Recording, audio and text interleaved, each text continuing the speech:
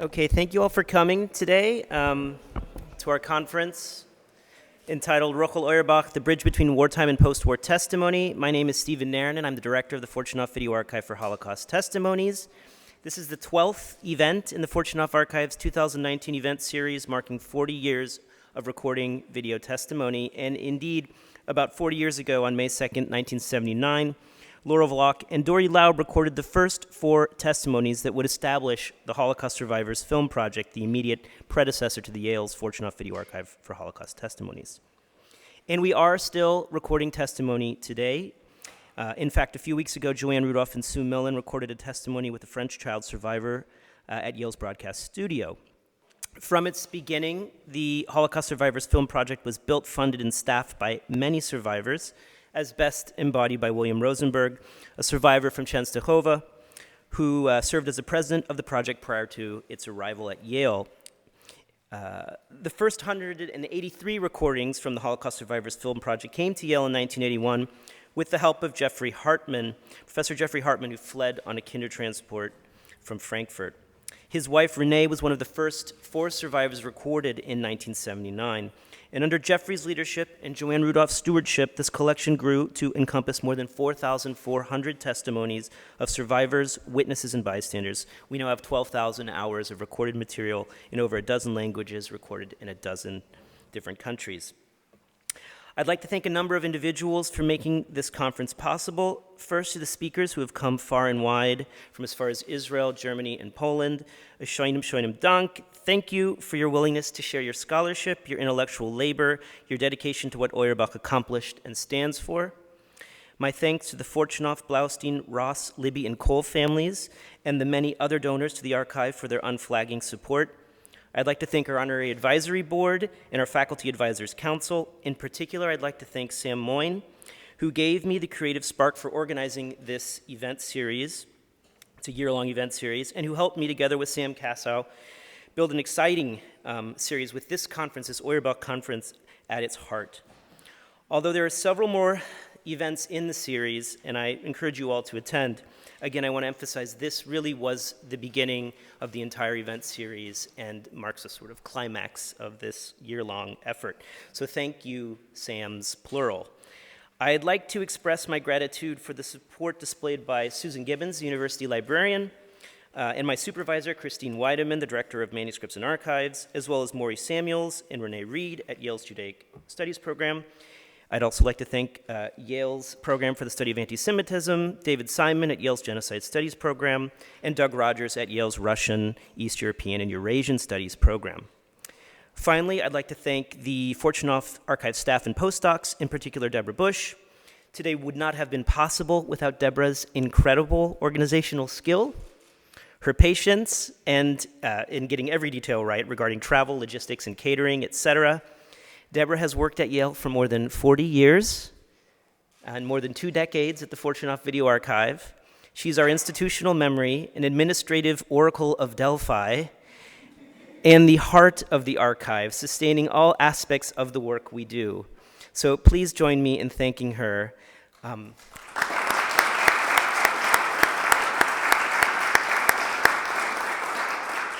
I'm certain that I forgot many other individuals whom I thanks, and I hope they will forgive me for my omissions. Before I introduce today's keynote speaker, and I'm going to cut my presentation short because we're already running behind, I just wanted to say a few things about why the Fortunoff Archive is organizing a conference like this today. I believe that the connection between Auerbach's work and the archive is self-evident, but that connection may not be as clear to the rest of you. After all, Auerbach died in 1976, 3 years before the Fortunoff Archive's predecessor organization began taping in New Haven. But as head of Yad Vashem's oral testimony section, her work set a path that we would follow and expand upon. Orit Neumann at Yad Vashem was kind enough to give me a copy of Auerbach's Oral Testimony Guidelines, which is an 18-page Hebrew document which I had translated. It was drafted in 1962. She compiled it as a manual for the poorly paid staff, and you can see how poorly paid the staff was in the guidelines, as she's telling them not to give up hope despite how poorly they're paid, and a team of volunteers recording testimonies for Yad Vashem. When I read it, it was no surprise to me that her motivations for recording testimony and her methodology so clearly foreshadowed the work the Fortunoff Archive would start in New Haven. And I quote, "The testimonies we collect from Holocaust survivors are one of the most important Jewish sources to preserve and research a time of devastation. These testimonies will help countless future researchers, teachers, psychologists, sociologists, students, and ordinary people learn about the Holocaust from those who survived it." She continues making explicit the connection between past efforts to do this and her present work by naming Emanuel Ringelblum as the first man to perform an organized documentation work as a way to record the events of World War II, already composing the first questionnaires to collect, preserve, and document the period. She then turns her attention to methodology and purpose, and I can't help but smile when I read her words as they echo the Fortunoff Archive's training manual compiled by Joanne Rudolph and Dana Klein, perhaps two of our most Oyerbachian-like figures at the Fortunoff Video Archive, and I'll quote again from Auerbach's manual, "We must allow the witness to speak freely, and we must follow the thread as naturally as possible. Otherwise, we risk losing some of the trust we built. We must not forget that this testimony is in fact an autobiography, and it's first and foremost the witness's story." And so with that, that's an end quote. And now it's my pleasure to introduce our keynote speaker, Sam Kassow. Sam is the Charles Northam Professor of History at Trinity College. He is the author of several works, monographs, and innumerable articles. His most recent book was the edited volume called Listen and Believe, the Ghetto Reportage of Peretz Opaczynski and Joseph Zelkovich from Yale University Press in 2015, and his critically acclaimed work, Who Will Write Our History, Emanuel Ringelblum and the Oyneg Shabes Archive from Indiana University Press. That book has been translated into 8 languages. 8 languages. It received the 2007 Orbis Prize and was a finalist for the 2008 National Jewish Book Award. Sam has been a visiting scholar at Princeton, at JTS, Wesleyan, many, many others, and has received a list of scholarships and fellowships far too numerous to name. Beyond his scholarship, he has made numerous significant contributions to the field in other capacities. In particular, one highlight would be his work developing a section of the modern exhibit at Poland Museum in Warsaw, and his contribution to Roberta Grossman's cinematic translation of his own book, Who Will Write Our History, which, if you have not seen that film, is fantastic and I believe will be screened at the YIVO Gala in a few weeks. He has also served official appointments for the Association of Jewish Studies and is on the board of the Center for Jewish History and many, many other contributions.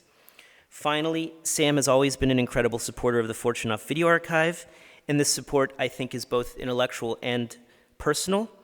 He's a member of our honorary advisory board, a lifetime appointment honoring his enormous scholarly achievements, but also his deep personal connection. After all, he is a New Havener Yid, and he spent much of his childhood among the survivors in New Haven, and his mother gave testimony to the Fortunoff Archive twice, once in 1980 and once in 1987. In fact, her testimony will be featured as an episode in the Fortunoff Archive's new podcast series, Those Who Were There, to which Sam is also contributing by composing a series of essays for each episode that provide historical background and context.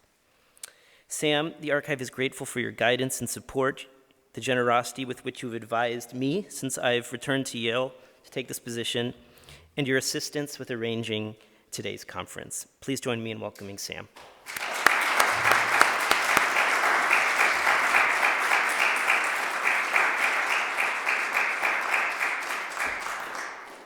Thanks a lot, and it's a great honor to speak at this conference on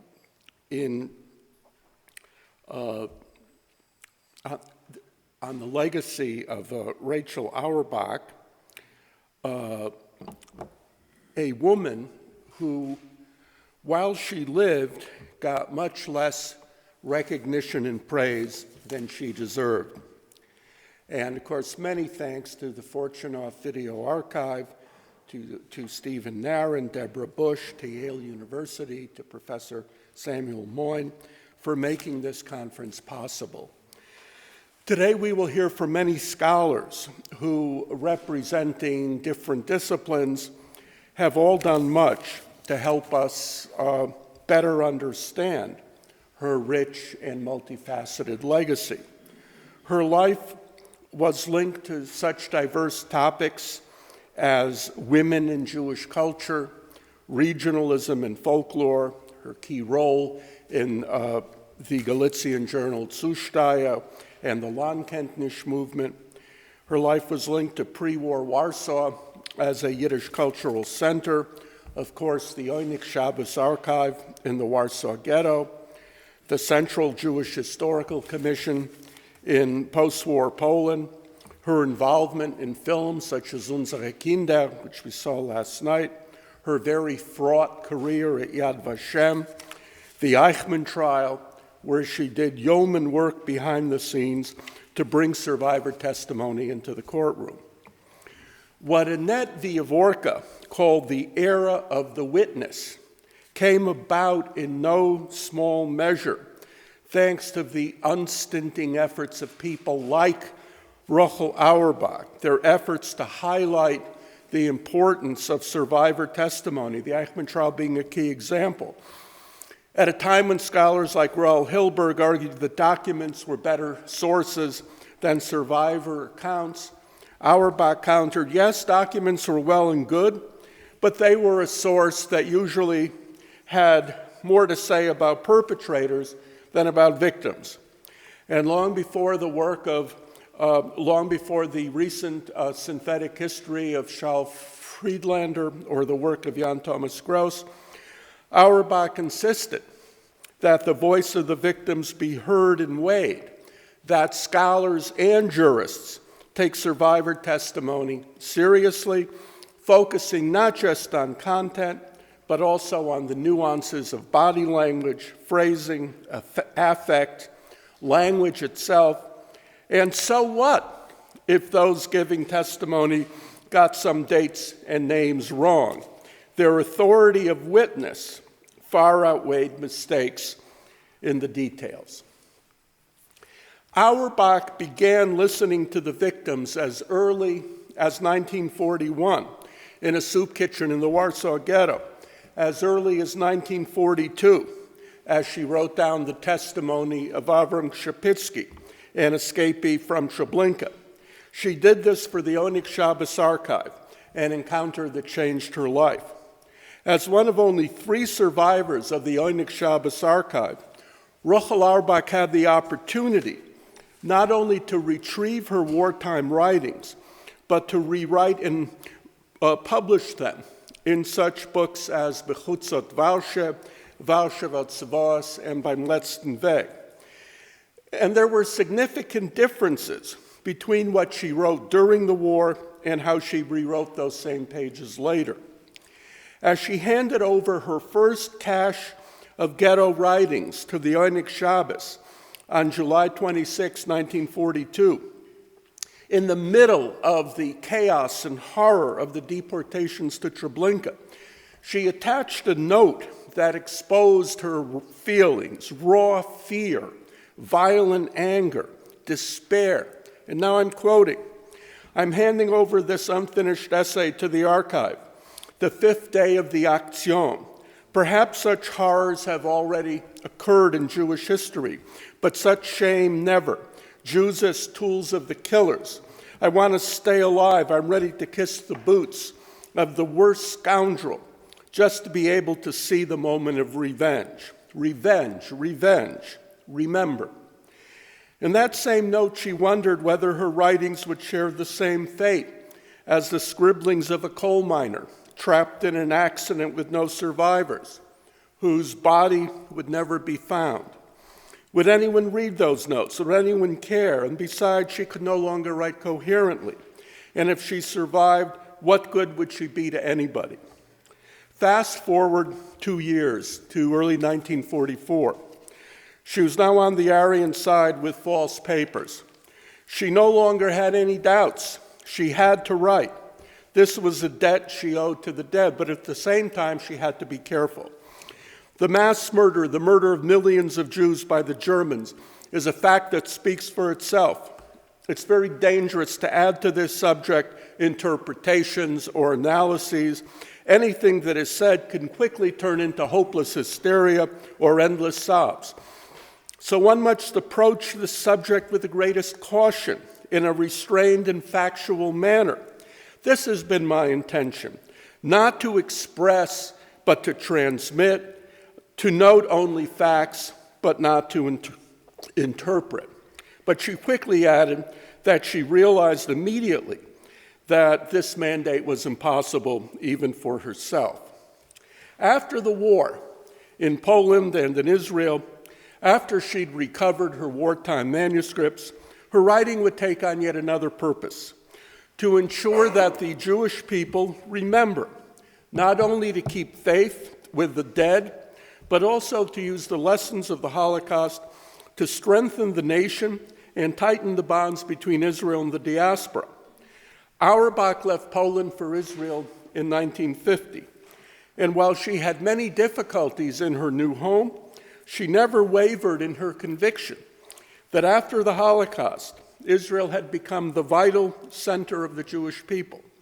And for those who read Yiddish, I highly recommend her book In Land Yisrael, a book of reportage from the early 1950s that revealed the devotion to the new state, as well as her empathy for the struggles of the new immigrants, the Jews from the Middle East and North Africa, no less than survivors of the Holocaust, although her comparisons of certain Yemenite Jews to Jewish villagers in rural Galicia might be something of a stretch. Like all good reportage, Auerbach's post-war books conveyed what she saw and observed in evocative, powerful language that made her writings an indispensable source for the cultural and social history of the Warsaw Ghetto.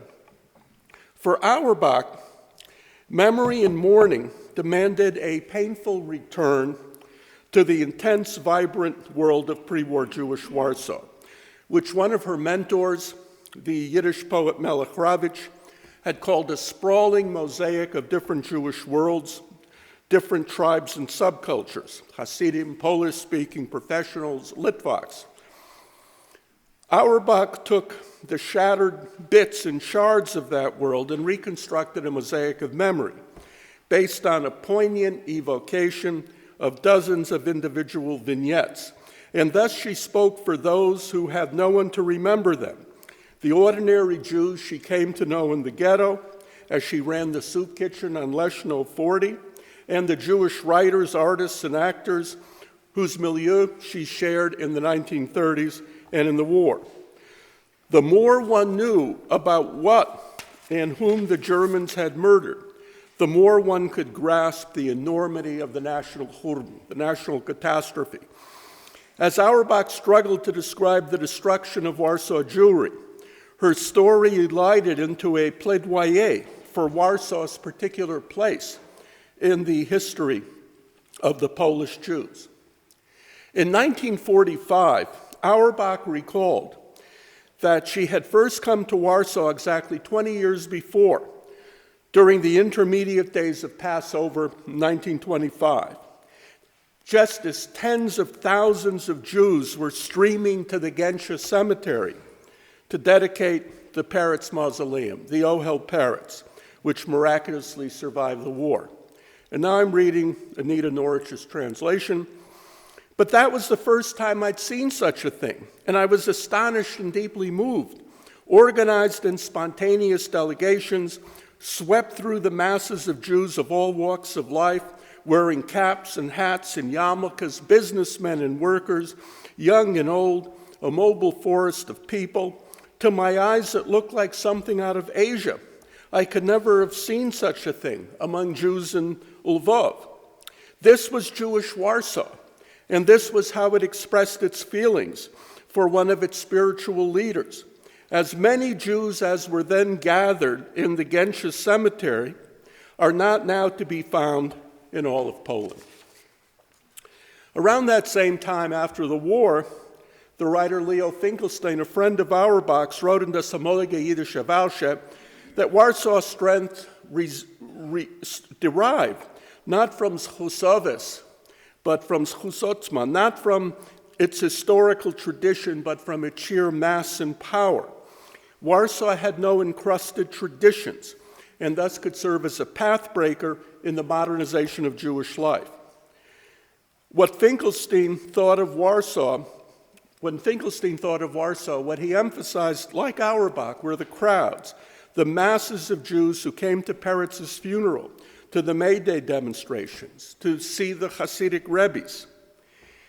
By the same token, in a post-war essay comparing Vilna and Warsaw, the literary critic Shlomo Bellis wrote, "Is it not symbolic? Warsaw struggled." He refers to the ghetto uprising. Vilna furnished the song, the partisan song, although at a critical moment the Vilna Jews rejected armed rebellion. Is this not a reflection of the entire history of these two great Jewish centers? Warsaw earned its place in East European Jewish history because of its quantity as well as its quality. Because of its enormous Jewish population, she took first place in the Jewish world. Abraham Lewin, a key member of the Oyneg Shabes, wrote in late 1942 that Warsaw was the nerve center of Polish Jewry, and Polish Jewry was the cultural center of the Jewish people. So, how could the Jewish people survive this massacre? That Lewin, who would soon be murdered, probably in Treblinka, could ask this question only underscores the special agony felt by Holocaust victims who, before they died, had to witness the destruction of their families, the destruction of their people, of their language, without any trace of consolation, such as the knowledge, for instance, that a Jewish state would arise after the war. If Auerbach could do nothing else, she could at least ensure that posterity remembered what this great Jewish metropolis had meant. Before the war, Auerbach herself admitted to a certain ambivalence about Jewish Warsaw. On the one hand, she fiercely defended the Jewish masses against articles such as a demeaning reportage, Charlie Land, The Dark Continent, which appeared in an elite literary journal, Wiadomości Literackie, which compared the Jews of Warsaw to the denizens of Africa and saw them as interesting specimens worth an anthropological study, but little more. Auerbach went ballistic, and she accused the author Wanda Meltzer, and by extension the entire Wiadomości Literackie milieu, with its heavy representation of brilliant intellectuals of Jewish origin, of pretentious arrogance and ignorance. Yet on the other hand, Auerbach freely admitted that before the war she herself had shared some of the widespread pessimism about the future of Warsaw as a Jewish, and more specifically a Yiddish cultural center. She expressed real doubts about the cultural future of Yiddish, especially in light of rampant acculturation and the economic woes of Polish Jewry. But after the war, she revised her previous skepticism.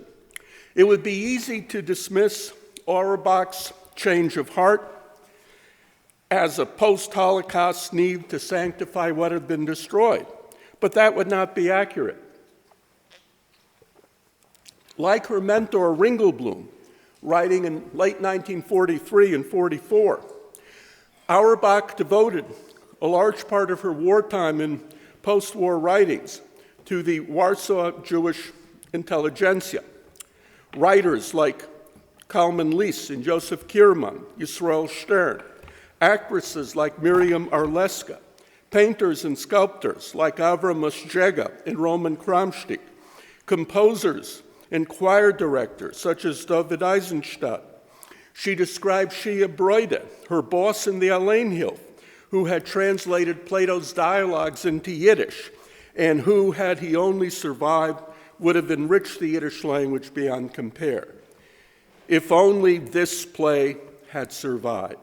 If only that cantata. If only that poem. What she heard in the ghetto, she wrote, represented a flowering of Jewish genius a bright flame just before the final destruction. In her post-war writings, Auerbach openly explained that she had doubted the prospects for Yiddish culture in Poland because she had underestimated the vitality of the Polish Jewish masses.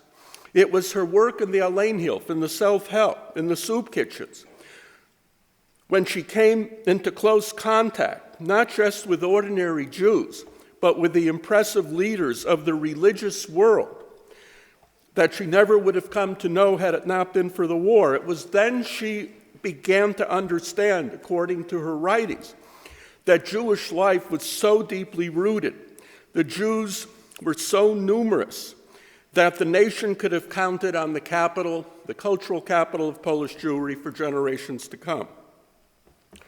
And now I quote, "Despite everything, we were surrounded with enormously powerful and dynamic Jewish folk masses, too numerous and too rooted in their culture for acculturation to threaten the basic character of the nation. The religious strata were an enormous reservoir of human resources and spiritual energy, and they would have made up any losses that we were suffering towards Polish culture. We thought that we had arrived in Jewish Warsaw too late. We thought we'd arrived after the best was already over. In fact, the blooms faded only to prepare for the next harvest of fruit. And this would have happened had it not been for the terrible catastrophe that befell us." As soon as the war ended, Auerbach resolved to carry on Ringelblum's legacy and to find the tin boxes and milk cans buried under the trackless rubble of what had been the Warsaw Ghetto. The Yiddish writer Mendel Mann recalled Auerbach's talk, the third anniversary commemoration of the Ghetto Uprising. After many tiresome speeches full of political posturing, Auerbach, the only woman on the podium, got up to speak. She didn't make any speeches. She didn't explain the meaning of the uprising. With a stubbornness that deeply affected me, she demanded, she called, "Remember," she cried out, "there is a national treasure under the ruins. Even if there are 5 stories of ruins, we have to find the archive." I'm not making this up. I know what I'm talking about. This isn't just talk. This is coming from my heart. I will not rest, and I will not let you rest. We must rescue the Ringelblum archive. Now, many people were skeptical. They had their own troubles. They didn't need the archive to tell them what they'd been through. But Auerbach disagreed. Now more than ever, survivors had to organize a systematic and collective effort to record the past and to continue the work of the Oyneg Shabes. The traditions of the Ringelblum archive could counteract disturbing trends that she had already noticed in early post-war memoirs. For example, the memoirs of the eminent biologist Ludwig Hirschfeld, a convert to Catholicism, or the pianist Władysław Szpilman, according to her, presented a skewed and distorted picture of the ghetto. But what could one expect, she asked, from individuals who had been so distant from Jewish society before the war? On the other hand, Auerbach also attacked the memoirs and writings of many nationally conscious Jewish survivors for their tendency to settle political scores and nurture ideological jealousies. And this was always a pet peeve of Auerbach's. And again, she held up the model of the Oyneg Shabes, where she believed a shared sense of national mission had trumped political differences. In the aftermath of the catastrophe, a wounded nation had to look at its record, the good as well as the bad, to tell the whole truth, to add and subtract nothing. This was a debt owed not just to the victims who had died, but to the nation that had to recover and rebuild. Auerbach hallowed the exploits of the ghetto fighters and the partisans, but she did not want their story to overshadow and diminish the memory of the 99% who had no weapons. Like much of the Oyneg Shabes staff, Auerbach was close to the circles of the pre-war YIVO, the Yiddish Scientific Institute, with its traditions of breaking down barriers between scholars and ordinary Jews, of Sammling, a mass movement to collect documents and source materials. A key goal of the YIVO was to explore the everyday, zu erkennen dem Heim, to understand daily life, to explore this through surveys, interviews, to encourage personal documents such as autobiographies. And I highly recommend Auerbach's review of Shia Perla's Jiden von der ganz Jahr, Ordinary Jews, which appeared in Literarische Blätter before the war, which really shows Auerbach's closeness to the ethos of the Yivo. Indeed, the very structure of Auerbach's wartime writings emphasized the close links of the Jewish intelligentsia and the masses. The first title of her essays on the murdered writers, musicians, and artists was Zusammen mit dem Volk, Together with the People. Auerbach's work followed in the footsteps, not only of Emanuel Ringelblum, but also of YIVO director Max Weinreich, who made special efforts to incorporate the insights of Sigmund Freud and of social psychology into the study of Polish Jewry. In the highly politicized and divided world of interwar Jewish Poland, where so many stress the primacy of the collective over the individual, Weinreich, in his youth studies, Jugendforschung project, for instance, argued that one could not understand Klal Yisrael, the collective, without grasping the needs of Reb Yisrael, the individual, the aspirations, drives, obsessions, hopes of the many individuals who made up Polish Jewry. Auerbach, whose main field of university study had been psychology and who had written extensively on the field in the pre-war Jewish press, needed little convincing. And so too, in her Holocaust writings, she highlighted the complex interplay of psychological factors in individuals, families, entire social groups. She told a complicated story: resilience, vitality, self-sacrifice on the one hand, corruption and moral collapse on the other. She also had brilliant insights, the result of conversations with folklorist Shmuel Lehman in the ghetto about how rumors, jokes, street songs could be seen as a self-defense reflex, a poignant but powerful sign of the instinctive resistance of the Jewish masses. Auerbach stressed the Germans' skillful use of psychological weaponry to effect the destruction of Warsaw Jewry and to use the Jews' strengths against them.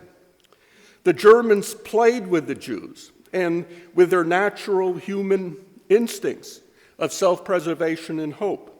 In her brilliant observations of the mass hysteria that gripped the Warsaw Ghetto in the summer of 1942, to get into a shop, to bribe people to get a worth certificate, Auerbach described how the very qualities that had served Jews so well in the past, practicality, pragmatism, hard-headedness, seichel, and natural optimism, now accelerated their journey into the abyss.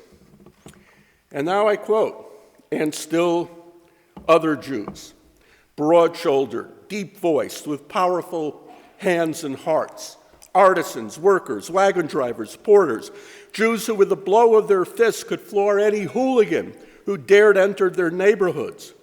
Where were you? This is Leonard Wolf's translation, by the way. Where were you when your wives and children, when your fathers and mothers were taken away? What happened to make you run off like cattle stampeded by fire?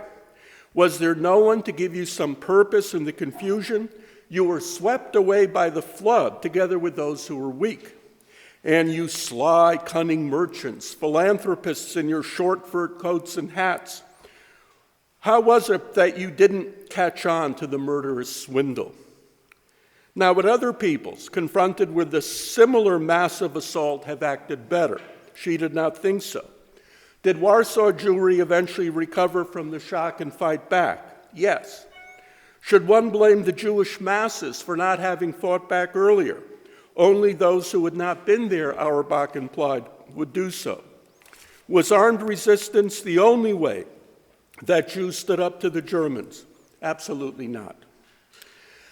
Auerbach was a superb observer of the Jewish everyday. As I said, she had a fine sense of the nuances of the behavior and speech of different classes of Polish Jews, whether they lived in small towns or in urban centers like Warsaw. Like Ringelblum, she was a native of southeast Galicia. Before moving with her family to Lvov, she'd spent her childhood in a remote village, not a shtetl, in Podolia, Lanowitz, where she acquired a love of Jewish folklore and the Yiddish language. The great Jewish folklorist and ethnographer Shmuel Lehman had interviewed her many times about the folk songs and customs of the rural Podolian Jews. Like many other Galician Jews, Auerbach combined this deep Jewish identity with a first-class Polish education and cultural sensibility. At Lvov University in the early 1920s, Auerbach befriended the young poetess Dvora Fogel and the budding writer and painter Bruno Schulz, and she urged both to start writing in Yiddish, and Fogel indeed did so. In 1929, she helped begin Zusteyer, a literary journal that tried to bring the Polish-speaking Galician Jewish intelligentsia closer to Yiddish. Auerbach would go on to have many interests, but one of the most salient was her devotion from a very young age to Yiddish secular culture. Her vision of that culture was inclusive rather than exclusive, one that united rather than divided, that transcended political differences, a culture whose creativity would shame those who regarded Yiddish as nothing more than a low-class jargon. But in the end, Zusteyer was a bridge too far. It folded in 1932 after 3 issues, unable to overcome financial difficulties and disagreements over politics. For Auerbach, Yiddish culture came first, politics second, but others disagreed. And one more thing. As she started the journal, she had to endure some condescending and misogynistic sniping aimed at her and at Dvora Fogel. This might have been the first such incident in her life, but it was definitely not the last. In the late 1930s in Warsaw, she earned the nickname Die literarische Beilage, the literary supplement, a snide reference to her relationship with Itzik Manger. And later on, she would wonder if her path in Yad Vashem would have been easier had she not been a woman. But that only encouraged Auerbach to redouble her efforts to highlight the critical contributions of women to Yiddish literature. Despite her love of Galicia and of Lvov, she realized that Yiddish high culture faced a bleak future there. In the 1930s, in 1932, she moved to Warsaw. After her brief marriage to the poet Ber Schnapper failed, she became the companion of the brilliant and tempestuous Yiddish poet Itzik Manger and supported herself precariously by translation and by writing articles and reviews for the Jewish press in Polish and Yiddish. Much of the power of Auerbach's reportage stemmed from her ability to navigate cultural boundaries, derived from a life that straddled many different worlds: village, shtetl, and city, Yiddish and Polish, Poles and Jews, Galicia and Warsaw, the milieu of the Jewish literary elite, and the world of the Jewish masses. Religious and secular, diaspora nationalists and Zionists, she straddled them all. At the end of September 1939, after Poland's capitulation, Auerbach was about to flee to Lvov when she received an unexpected summons from Emanuel Ringelblum to stay in Warsaw and run a soup kitchen. Again, I'm basing this on what she wrote. Most of the Jewish elite had run away from Warsaw, but Ringelblum had reminded Auerbach that not everyone had the right to run. Ringelblum thus brought Auerbach into the far-flung network of the self-help, the Alleinhilfe, of the Warsaw Ghetto, with its hundreds of house committees, dozens of soup kitchens, daycare centers, and refugee shelters. The leaders of the Alleinhilfe saw the organization as the conscience of Warsaw Jewry, a counterweight to the Judenrat. During World War I, the Yiddish writer Yitzhak Leibush Peretz had stressed the interdependence of relief and Sammlung, the recording of history.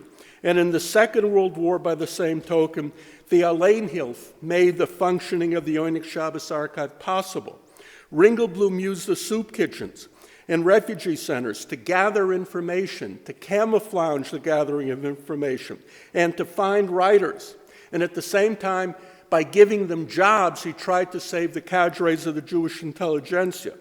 In 1941, he recruited Auerbach to the Oyneg Shabes by asking her to write about the soup kitchen. And Auerbach would stress that had it not been for Ringelblum, she would not have written anything. Auerbach's soup kitchen on Leshno 40, which fed 2,000 Jews a day, offered her a unique vantage point to get to know and observe a large number of quote-unquote customers. The story that Auerbach told provided a gripping behind-the-scenes look at the desperate battle that the ghetto was waging against hunger. Auerbach investigated the social history of hunger by telling the story of a soup kitchen as a microcosm of human relationships and human choices. The dead who ended up in the pits of the Gensha cemetery were not an undifferentiated mass, but individuals whose idiosyncrasies Auerbach recorded. She deftly caught the phrases or the habits that made these individuals memorable. The young mother expelled from her shtetl, who arrived at the soup kitchen with 4 children in tow and a tot suckling at her breast, a family of solid, rugged Jewish boys from a country farm who had just been expelled. And each day they'd take a bowl of soup for their aged father. And whenever they mentioned him, they never failed to add, ihm zu 120, may he live to 120. Many solid members of the Jewish middle class now reduced to desperate poverty. Auerbach, as the director of the soup kitchen, confronted serious psychological pressures and moral challenges. Like other figures of the Alleenhilfe, she had seen herself as an honest public servant, imbued with the moral code of the progressive Jewish intelligentsia. But very quickly she discovered that for the masses of starving, desperate people who came to the kitchen each day, she represented authority and power. In their eyes, she had become an arbiter of life and death. Like Ringelblum, she had come from a milieu that was imbued with love for, quote-unquote, the Jewish masses. But now these masses, those ordinary Jews, stormed her office, blocked her in the corridors, and begged for extra soup tickets. They looked at Auerbach as someone who could save them. Some confronted her in silent supplication, others yelled and loudly reminded her of their former status.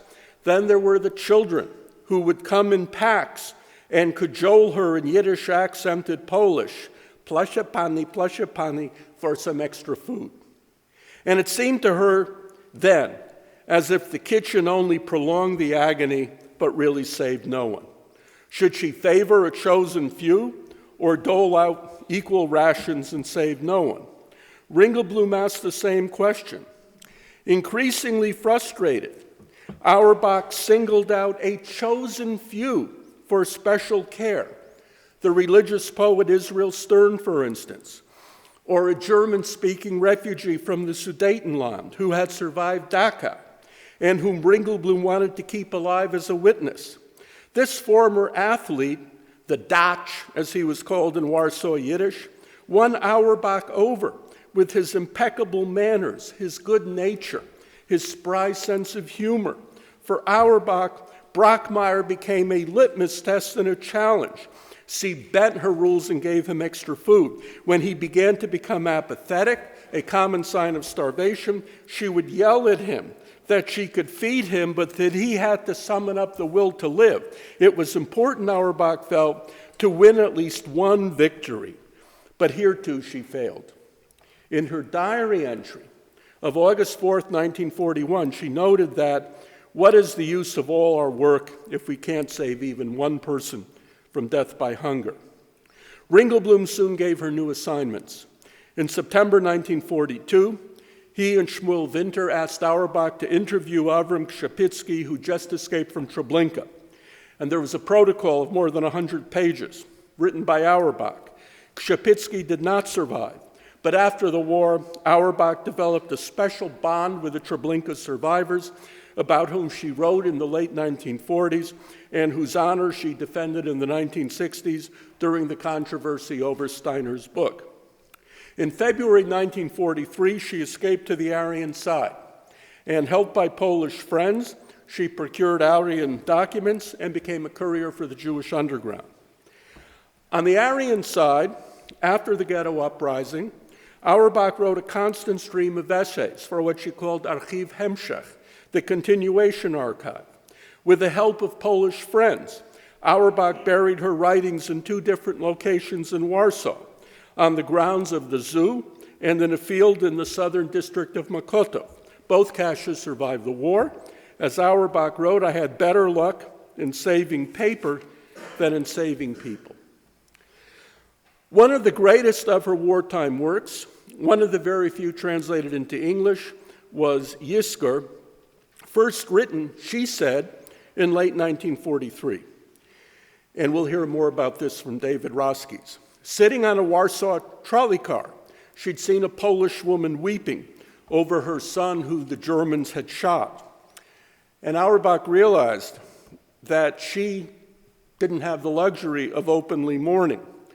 And so she went back to her apartment, so she wrote, and began her great elegy for Warsaw Jewry, Yizkor. "I may neither groan nor weep. I may not draw attention to myself in the street, and I need to groan. I need to weep. Not 4 times a year. I feel the need to say Yizkor 4 times a day." Yizkor is the service of remembrance, the prayer of remembrance. She poured out her soul as she tried to describe the murder of Warsaw Jewry, the toddlers, the children who she remembered from the ghetto schools, the tough Jewish workers, the hardened women shopkeepers, young scouts, courting couples, intellectuals, all gone. Even if a few individuals survived, the vibrant, raucous, and diverse mosaic of Warsaw Jewry had been destroyed. Yizkor humanized the victims by recalling not only their individuality, but also their city, the specific urban milieu that had shaped them and that had made them Valshevet. In other essays she wrote, Auerbach indeed regretted the lack of armed resistance until January 1943. But Yizkor was different. Unlike the works of some other Oyneg Shabes writers who observed the deportation, like Shia Perla, Israel Lichtenstein, or Peretz Opachinsky, Auerbach's Yizkor was suffused with empathy towards Jews rather than anger, as David Roskies has pointed out.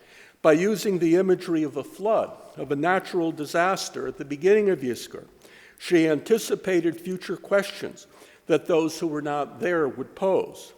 No, the mass murder was not a meta-historical event, but its enormity was too horrible and too unprecedented to allow for glib theories and facile questions that might compromise the memory of the ordinary Jews she cherished so deeply. And how does one resist a flood or an earthquake? What befell the Jewish masses was so unthinkable and so calamitous that they were psychologically unprepared. Implicitly, Auerbach was anticipating the invidious distinctions that many would make after the war between the few who fought back with weapons and the masses that allegedly died without a fight. It was the people she wrote about in Yizkor, not the fighters who'd risen up just months before. And in the end, the secular writer could only repeat the words of the traditional Yizkor prayer. For Auerbach, Yizkor was a return not to religion, but to the murdered world of her birth, to a folk community that did not have to invent new words to describe pain and loss. They were already there in the prayers. Like her murdered friends, Auerbach was zusammen mit dem Volk, together with the people. One of the more striking features of Auerbach's writings of this period is her portrayal of Poland and the Poles. As a courier who distributed money and aid to hidden Jews, Auerbach was in constant contact with a category, very small in number, of Poles who most Jews during the war never had a chance to meet, the liberal intellectual elite. Her descriptions of such individuals as Jan Żabiński and his wife are particularly instructive and insightful. Żabiński had been the director of the Warsaw Zoo, as well as an officer in the Polish underground. During the war, he and his wife had helped many Jews, including Auerbach herself. Her intense devotion to the memory of Jewish Warsaw in no way diminished her deep empathy for Polish Warsaw and its sufferings. In Wałęsa Wołos, she painted a sympathetic portrait of Warsaw's mayor, Stefan Stasinski, who'd called on his fellow citizens to resist the Germans and who led the city during the days of the terrible siege in September 1939. Right after a terrible bombardment of Jewish neighborhoods, Stasinski paid a visit and stroked the heads of Jewish children. Perhaps Auerbach speculated as he walked through those Jewish streets, Stasinski was thinking how before the war, Poland had treated its Jews as second-class citizens. At least that's what she wrote. Perhaps the terror of the siege had one silver lining. For a brief moment, the fight against the common German enemy brought Poles and Jews together and offered another glimpse into the heart of what might have been. Before the war, Stasinski had, to put it mildly, he'd not been known as a philo-Semite. But like so many others, Auerbach speculated, perhaps the war caused him to grow beyond himself. Many people, Auerbach noted, would wonder why Stasinski and his fellow Poles defended Warsaw in September 1939. It was such a hopeless fight that led to so many needless civilian casualties. Another Warsaw Jewish diarist, Chaim Kaplan, had nothing but contempt for a doomed battle that caused so much suffering. But Auerbach, nurtured on Polish romanticism, was full of admiration. And I quote, "Romanticism, idealism, let the naysayers get the contempt they deserve. Other European peoples did not fight, but we Polish Jews understand what the Poles did. We were at their side, and we understand today." Now, Auerbach's relationship to Poland was paradoxical and complicated, and hopefully we will hear more about the subject later on, especially from Karolina. Auerbach, the Yiddishist, actually did most of her wartime writing in Polish. And in her book of reportage, in Land Yisrael, she spoke about Jews leaving Poland after the war for Israel, carrying Jastrun's biography of Adam Mickiewicz. And in that same book, she wrote about the final days before she left Poland forever to go to Israel.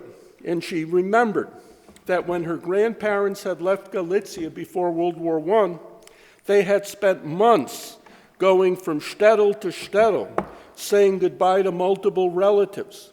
Now she was leaving Poland and she didn't have one relative to say goodbye to. She'd lost everyone. But whom did she visit? She spent those final days with the Polish family who had been her childhood neighbors when she'd lived in Lanowice as a young girl, and who after the war had moved to the former German territories in the West. Her description of that visit, that kind of end of a chapter in her life, underscored the close bonds that she felt had existed between Poles and Jews in that distant rural past.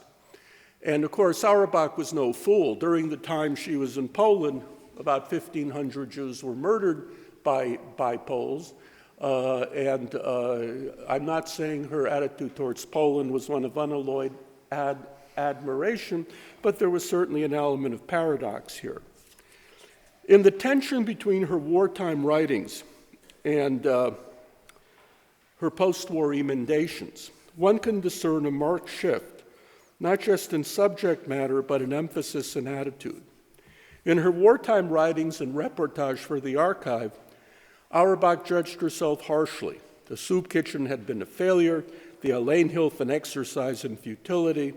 But after the war, she realized the kitchens had been more effective than she thought, and that Polish Yiddish culture, as I said, had a future.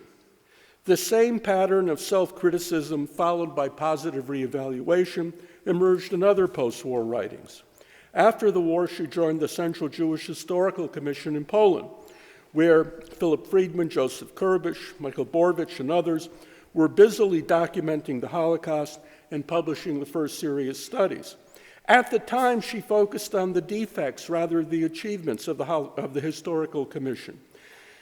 And she thought that they were falling short. But in Israel in the 1950s, she changed her tune. Compared to the paltry record of scholarship on the Holocaust in Israel and elsewhere in the 1950s, she now wrote that post-war Poland had been a golden age of Holocaust research. In Israel at Yad Vashem, her single-minded determination to foreground Holocaust research and the collection of survivor testimony caused major conflicts, which Boaz Cohn will talk about. It is sad but true that her last years in Israel were not happy ones. Auerbach, to put it mildly, was not an easy person to get along with, and I sense that in her last years she felt a great deal of bitterness and frustration. And so to return to what I said earlier in conclusion, we are not only here to talk about an important woman, but we're also here to right a wrong.